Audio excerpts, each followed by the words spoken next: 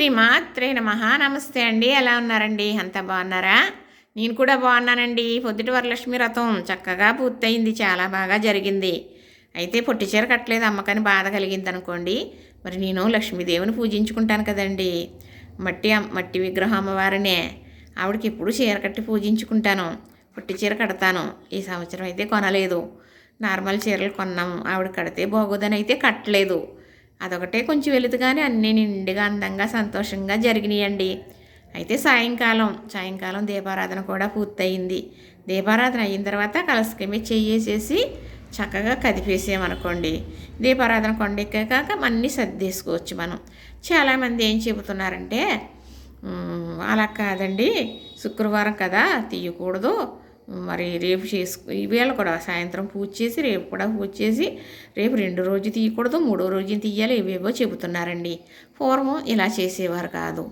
ఎలానంటే ఏ రోజు చేసిన పూజదే ఆ రోజు మండపం ఎత్తేసేవారు. రేపు శుక్రవారం వస్తుందంటే ముందు ఈ రోజే ఎత్తేసేవారు. 3 రోజులు ఉంచాలంటే చాలా టైం, ఎంతో ఇదైతేనే కానీ ఉంచేవారు కాదు. ఎందుకంటే మా చిన్నతనం నుంచి పెద్దవాళ్ళని చూశాను. కార్తీక నోములు మా వాళ్ళందరికీ పూజలు ఉన్నాయి. అలాగే మరి వినాయక చవితి చేసుకున్నా. మరి పూజ అయిన తర్వాతే అక్కడ మండపం కదిపేసి తర్వాత సర్దేసుకుంటారండి. పిల్లలతో ఉన్న వాళ్ళకి వీలవ్వదు. మరి మనం శుక్రవారం తీయకండి, మంగళవారం తీయకండి అని చెప్పామనుకోండి, ఒక చిన్న గదిలో ఉండి ఆ గదిలోనే పక్కన పూజ చేసుకుని ఉంచుకుంటే 2 రోజులు 3 రోజులు ఎలా ఉంచుకోగలుగుతారు? ఈవేళ శుక్రవారం తీయొద్దంటున్నారు, రేపు 2వ రోజు వద్దంటారు, ఎల్లుండి 3వ రోజు తీయాలి అంటే వాళ్ళకి ఎవరికన్నా ఏమైనా ఇబ్బంది రావచ్చు.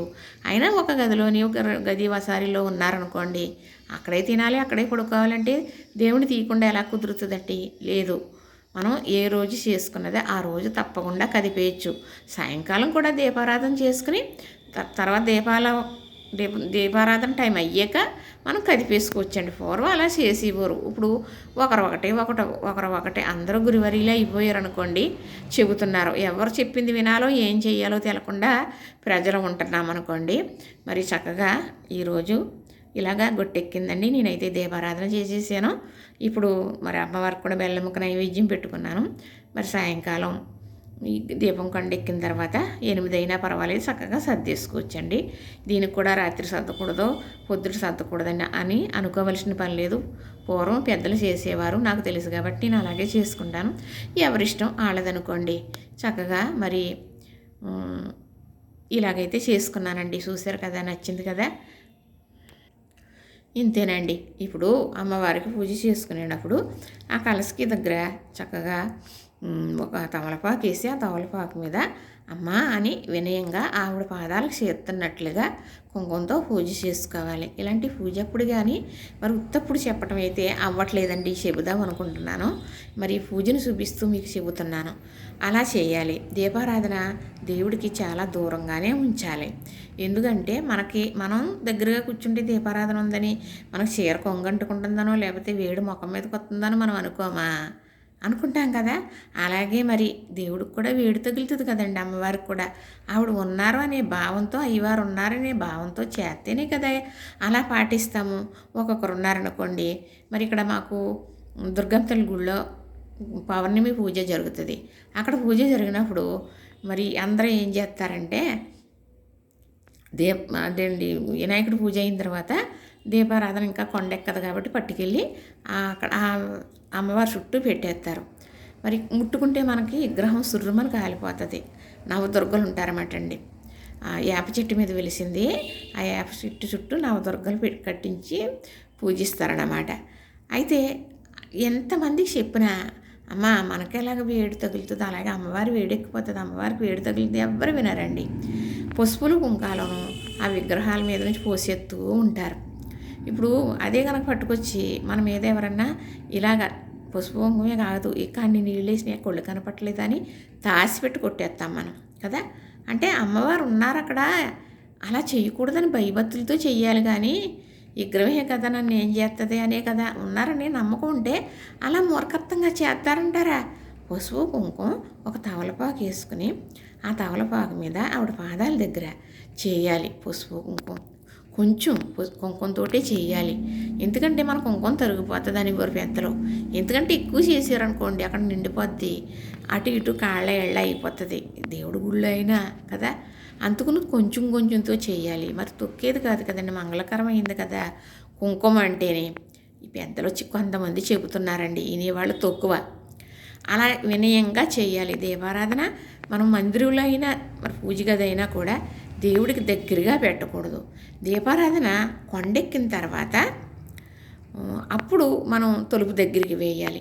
దీపారాధన కొండెక్కే వరకు మనం చూసుకుంటూనే ఉండాలి. ఏ అనార్థం ఎలా వస్తుందో తెలియదు. నేను ఒకసారి చెప్పడం కూడా జరిగింది, వేరే ఛానల్లో అనుకుంటానండి. ఇక్కడే మాకు బండార్లంకని అక్కడ చీరలు నేస్తారు. ఆ చీరలు హోల్సేల్గా వెళ్ళిపోతాయన్నమాట. పెద్ద పెద్ద గదుల్లో పెట్టి దాస్తారు. పాపం ఇళ్లలో ఎవరి ఇళ్లలో వాళ్ళే దాచుకుంటారు. అయితే మరి చుట్టుముట్టినట్టు మొత్తం ఆ ఈదులు ఎన్ని ఈదులు అన్ని వీధులు కూడా కాలిపోవడం జరిగింది. కొత్త చీరలతోటి ఆ మడతలు అలాగే ఉన్నాయి, అలాగే కాలిపోతే ఉసూరుమనిపోయిందండి. అప్పట్లో ఎంతో ఖరీదని చెప్పారు, అంత ఖరీదైన బట్ట కాలిపోయింది. ఎందుకు అనుకుంటున్నారు? దీపారాధన చేసేసి ఎక్కడికో వెళ్ళిపోయారండి భార్యాభర్తలు, ఏదో ఫంక్షన్ కానీ. అదేమైందంటే ఆ దీపమొత్తు ఎలకలాకెళ్ళో పట్టుకెళ్ళి బట్టల్లో పెట్టింది అంతే.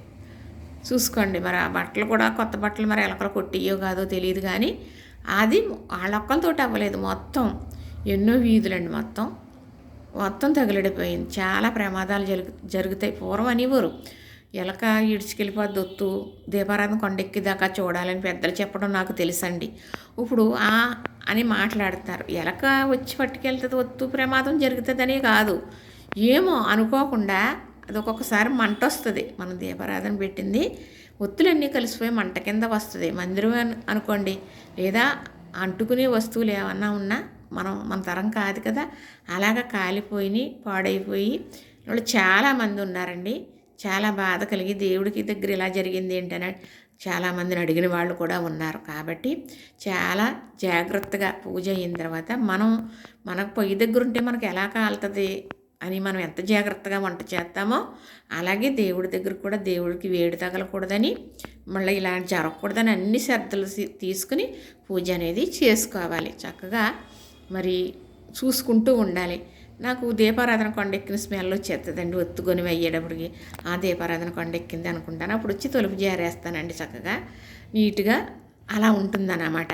అలవాటు చేసుకోవాలి ప్రతిదీని. అందరూ చేస్తున్నారని నేను చేయటం కాదు, అందులో అంతర్యామి తెలుసుకుని చేసేయమనుకోండి తప్పకుండా చాలా మంచిదని నేను చెబుతున్నానండి. మా చిన్నపాప అయితే ఫోన్ చేస్తుంది. మళ్ళా మరో వీడియోలో మరో కొన్ని విషయాలు చెబుతానండి. లైక్ చేయండి, షేర్ చేయండి, సబ్స్క్రైబ్ చేయండి.